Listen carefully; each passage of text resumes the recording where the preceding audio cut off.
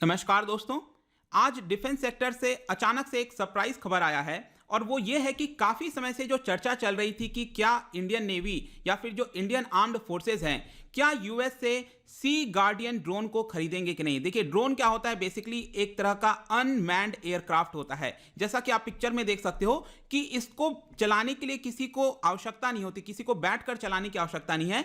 ये रिमोटली हम इसको वर्क कर सकते हैं और ये कहीं पर भी जा सकता है, छोटी सी छोटी जगह में जा सकता है और काफ़ी अच्छे से निगरानी रख सकता है, सर्वेलेंस रख सकता है। तो फाइनली यहां पर खबर आ रही है, आप देख सकते हो, navy inducts 2 sea guardian drones on lease from US. तो यहां पर फाइनली लीज पर, ध्यान रखिएगा, लीज के बेसिस पर। लीज का मतलब होता है कि कुछ समय के लिए ही हम ये इंडक्ट कर रहे हैं, बाद में हमें इसको रिटर्न करना होगा। तो इसके बारे में हम डिटेल से जानेंगे कि ये है क्या, क्यों इंडक्ट किया गया है, क्या जरूरत आ पड़ी है, इसका फीचर क्या क्या है, इसमें खास बात क्या है। चलिए आगे बढ़ते हैं। मैं हूं अंकित अग्रवाल और अपडेट के लिए आप मुझे फॉलो कर सकते हैं इंस्टाग्राम, फेसबुक और ट्विटर पर। मेरे लेक्चर की हर पीडीएफ आपको फेसबुक पर तो मिलेगी ही, प्लस साथ में आप मेरा टेलीग्राम चैनल ज्वाइन कर सकते हैं by searching Ankit Agrawal official. और अगर आप यूपीएससी की तैयारी कर रहे हैं तो आपके लिए सुनहरा मौका है स्टडी IQ लैब के लिए स्मार्ट कोर्सेज, जिसके थ्रू आप अपनी प्रिपरेशन और भी ज्यादा अच्छे तरीके से कर सकते हैं। सबसे पहले देखते हैं दोस्तों यहां पर क्या हुआ है। आपको पता है कि चाइना के साथ ऑलरेडी जो टेंशंस हैं वो लगातार बरकरार हैं। इन सारी चीजों को देखते हुए इमरजेंसी प्रोक्योरमेंट किया गया है इंडियन नेवी के द्वारा और ये है आपका सी गार्डियन। मैं इसके बारे में आपको थोड़ा सा बता दूं कि ये प्रीडेटर सीरीज का है। यूएस के अंदर प्रीडेटर सीरीज के कई सारे unmanned aircraft, that is drone, को मैन्युफैक्चरिंग की जाती है, लेकिन प्रीडेटर सीरीज में कई सारे ड्रोन ऐसे भी होते हैं जिसमें आर्म्स एंड अम्युनिशंस भी लगा होता है, मतलब उसके अंदर हथियार भी होते हैं, उसके थ्रू हम अटैक भी कर सकते हैं। लेकिन ये जो सी गार्डियन हमने लिया है ये अनआर्म्ड है, ये आपको याद रखना है एग्जाम पॉइंट ऑफ व्यू से। इसमें कोई भी आर्म नहीं होगा। ऑल्दो अगर आप देखोगे तो जो लैंड वाला वर्जन होता है वो हमने, दैट इज MQ-9 गार्डियन, ये बेसिकली लैंड के ऊपर काफी अच्छे से कर सकता है। ये हमने ऑलरेडी इंडक्ट किया हुआ है फ्रॉम जनरल एटॉमिक्स। ये बेसिकली जो फर्म है वही बनाती है। ये जो सी गार्डियन है वो भी general Atomics, that is American firm के द्वारा इसको मैन्युफैक्चर किया गया है। तो यहां पर हम इसको इंडियन ओशन रीजन में काफी अच्छे से निगरानी रख सकते हैं और इसके साथ साथ अगर हम चाहें तो लद्दाख में भी इससे निगरानी की जा सकती है। तो ये जो पर्टिकुलर सी गार्डियन है ये दोनों जगह काम करेगा, अनलाइक ये जो MQ-9 गार्डियन वाला है। इसके अलावा यहां पर इंडियन नेवी के पास सारा कंट्रोल रहेगा। जी हां, क्योंकि हमने ये यूएस से खरीदा है तो काफी सारे डाउट्स होते हैं कि क्या इसका जो इंफॉर्मेशन है, क्योंकि ये सर्विलेंस के थ्रू क्या किया जाएगा, इस पर निगरानी रखी जाएगी तो उससे डेटा जनरेट होगा। क्या ये डेटा एक्सक्लूसिव राइट होगा भारत का? जी हां, यहां पर अमेरिकन फर्म का सिंपल सा यही काम रहेगा कि उसकी सर्विसिंग करना, मेंटेनेंस वर्क करना, लेकिन इसका जो भी सोल प्रोप्राइटर है, इसके डेटा जो भी जनरेट होगा वो सिर्फ और सिर्फ भारत की सरकार के पास होगा और किसी के देश में नहीं जाएगा। अब यहां पर बात आती है कि अचानक से ये खबर क्यों आया, क्योंकि इसके बारे में तो चर्चा चल रही थी लेकिन यहां पर ऑफिशियली अभी तक बताया नहीं गया था।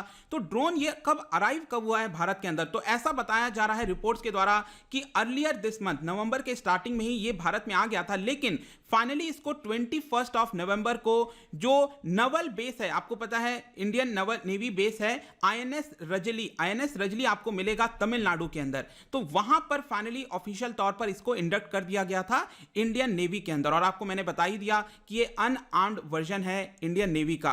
अब यहां पर बात है कि अंडर न्यू डिफेंस प्रोसीजर, अगर आपको याद हो तो इसी साल सरकार के द्वारा एक नया डिफेंस एक्विजिशन प्रोसीजर 2020 इंट्रोड्यूस किया गया था। अभी तक क्या होता था कि जो भी हम इक्विपमेंट खरीदते थे बाहर के देशों से, उसमें लीज का प्रोविजन बहुत ज़्यादा नहीं था, तो हम लीज पर नहीं खरीद पाते थे या तो हमें परचेज करना पड़ता था जिसकी वजह से कॉस्टिंग बहुत आती थी। तो यहाँ पर ये वाला जो नया एक्विजिशन प्रोसीजर है इसमें लीज का प्रोविजन डाला गया और ये लीज के थ्रू ही हमने खरीदा है। तो ये पहला इक्विपमेंट बन गया है जो कि हमने लीज पर खरीदा है। अगर आप अभी तक देखोगे तो सिर्फ जो हमने रशिया से न्यूक्लियर सबमरीन खरीदा है चक्रा, ये हमने लीज पर लिया, इसको खरीदा नहीं है, ये हमने लीज पर लिया है और ये फाइनली जाकर हम अब धीरे धीरे लीज पर लेने लगे हैं। अगर मैं ड्रोन के बारे में बताऊं दोस्तों, तो सबसे पहली चीज आप याद रखिएगा, ये जो सी गार्डियन है ये एक तरह का मैरीटाइम वेरिएंट है प्रीडेटर MQ-9 का।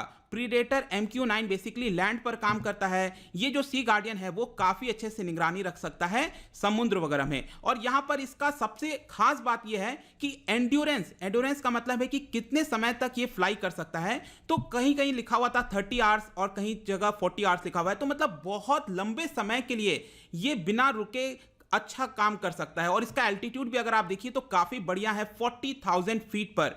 और यहाँ पर एक इसमें सर्वेलेंस रडार लगा हुआ है, इसको कहते हैं 3600 मैरीटाइम सर्वेलेंस रडार। और इसमें ऑप्शन है कि एक और रडार अगर हम लगाना चाहें, मल्टी मोड मैरीटाइम सरफेस, वो भी रडार लगा सकते हैं। रडार क्या, बेसिकली ये काम करेगा चीजों को ट्रैक करने के लिए, मतलब कि सपोज समुद्र के अंदर ये जा रहा है और यहां पर ये रडार के थ्रू सिग्नल भेजेगा और कैप्चर करने की कोशिश करेगा कि कहीं समुद्र में यहां पर कोई सबमरीन तो नहीं छुपा है, कोई चाइना का शिप तो हमारे इंडियन ओशन में नहीं आया है। तो इन सब चीजों के लिए ये काम करेगा। और ये जो लॉन्ग एंड्योरेंस है, इतने लंबे समय तक काम कर सकता है, ये हमारे लिए काफी बड़ी एबिलिटी मानी जा रही है एक्सपर्ट के द्वारा। ऑल्दो आप अगर अभी तक देखोगे तो ऐसा तो है नहीं कि हम अभी तक सर्वेलेंस नहीं करते थे, सर्वेलेंस करते थे, लेकिन ये किया जाता था P8I एयरक्राफ्ट। ये भी एक बहुत ही अच्छा एयरक्राफ्ट है, ये भी अगेन हमने यूएस से ही परचेज किया था।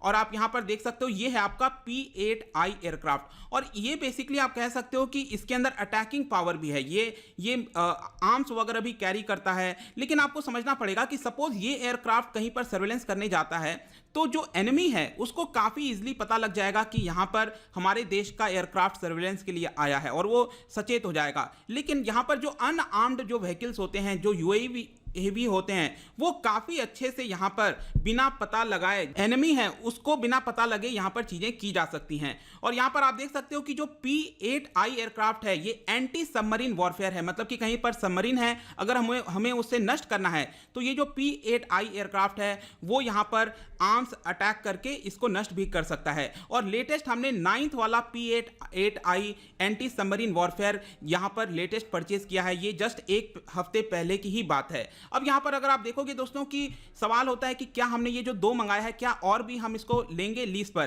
तो डिपेंड करता है। यहां पर एक्सपर्ट्स के द्वारा बोला गया है कि कैसा एक्सपीरियंस होता है, ये जो दो एयरक्राफ्ट हैं, जो दो अनमैन्ड एयरक्राफ्ट हैं, उसका कैसा एक्सपीरियंस है, उसके हिसाब से हम और परचेज करेंगे। अब जहां तक पूरे यूएवी की प्रोक्योरमेंट की बात आती है, that is unmanned aircraft vehicle की बात आती है, तो यहां पर बोला गया था जो ट्राई सर्विस है हमारी, दैट इज आर्मी, नेवी और एयरफोर्स, तीनों के द्वारा बोला गया था कि ये जो ड्रोन्स होते हैं उसे हमें ज्यादा से ज्यादा एक्वायर करने की आवश्यकता है। लेकिन पिछले काफी समय से जो बजटरी कंस्ट्रेंट था, इसकी वजह से हम यहां पर इसको प्रोक्योर नहीं कर पा रहे थे। और इवन भी अगर आप देखोगे अभी भी हमारे डिफेंस एस्टैब्लिशमेंट के अंदर जो ड्रोन परचेज को लेकर ये जो पूरा सी गार्डियन है इसको लेकर काफी ज्यादा अभी भी डाउट है। यहां पर कुछ एस्टैब्लिशमेंट का कहना है हमारे देश में कि सी गार्डियन खरीदने की आवश्यकता नहीं है, क्योंकि अगर हम प्रीडेटर बी खरीद लेते हैं तो इसमें अटैक करने की भी सुविधा होती है, सी गार्डियन में अटैक करने की सुविधा नहीं है। तो चलिए यहां पर ये तो मामला चल रहा है, लेकिन हमने अभी के लिए दो खरीद लिया। और इसके साथ साथ मैं बता दूं कि ये कोई बहुत ज्यादा सस्ता नहीं है।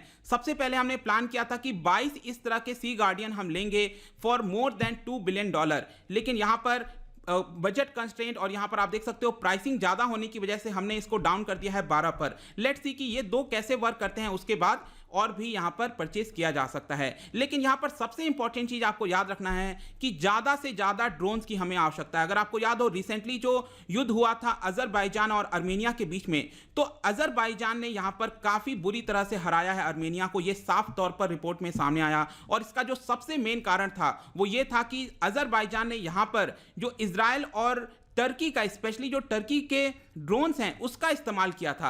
ये जो ड्रोन का इस्तेमाल किया गया है दोस्तों, उसकी वजह से यहां पर अजरबैजान एक तरह से आप कह सकते हो जीत गया है आर्मेनिया के ऊपर। तो मॉडर्न वॉरफेयर अगर हमें प्रिपेयर करना है तो भारत को भी इस तरह के जो यूएवी हैं उसको ज्यादा से ज्यादा परचेज करने की आवश्यकता है। तो आई होप दोस्तों ये जो लेटेस्ट न्यूज आया इसके बारे में आपको सब कुछ पता चल गया होगा। जाने से पहले मैं आपके लिए क्वेश्चन लेकर आया हूं, अजय वॉरियर ये जो ज्वाइंट मिलिट्री एक्सरसाइज होता है भारत और किस देश के बीच में होता है, लेट मी नो। इसका जो राइट आंसर है मैं अपने इंस्टाग्राम पर तो डालूंगा ही, अगर आप इंस्टा पे नहीं हो तो कोई बात नहीं, टेलीग्राम से ले सकते हैं। मैं कई सारे एमसीक्यूज यहां पर डालता रहता हूं, आप स्टोरीज में जाकर प्ले कर सकते हो। अगर आप मुझसे इकोनॉमी पढ़ना चाहते हैं, कोई भी कोर्स परचेस करना चाहते हैं, स्टडी IQ ऐप पर जा सकते हैं। आई होप कि ये वीडियो आपको पसंद आया होगा। मिलता हूं आपसे next time, till then thank you very much, see you soon.